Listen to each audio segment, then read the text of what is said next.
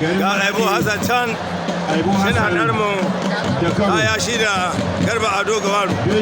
Aibu Hassan na addu'a ana ilin na rabo mai kaho. Garba Ado Gawaru ga can da shi za su yi final. Wallahi yaron nan da kuka ga Aibu Hassan jiya ya ɗauka bayan ya kasai shigowa Aibu kowa shi ya fara kada Aibu Hassan shi yaron nan wanda kuka ga ya tungume dan kusa abu mai yin gaba shi ga yin gaba. Wallahi Aibu Hassan ga shanan raƙumi gaban ka da ƙarfi mai laya kiyaye mai zamani dogo abokin tahiya. Wallahi mutane inda an rasa mata dogage daɗa in an rasa mata masu tsayo haka na a almima 'yan gajeru amma dogon iri shi a iri wabillahi lalzi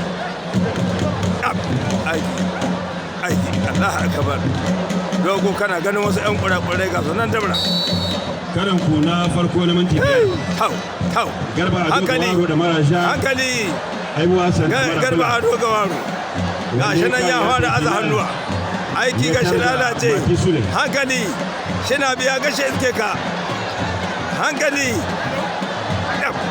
Aibu Hassan ya kai tashi hankali wabillahi allazi ga shi nan yana aza hannu bisa wuyan Garba Ado Gawaru.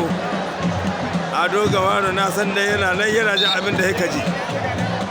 Abin da ce a koma da kafage Yau akwai kokowa wallahi yau akwai kokowa. Tau hankali Garba ga shi nan gashi ta so maka gara ka dan guso gashi zo maka wallahi da su zo maka da ka zo ya haɗa sauki.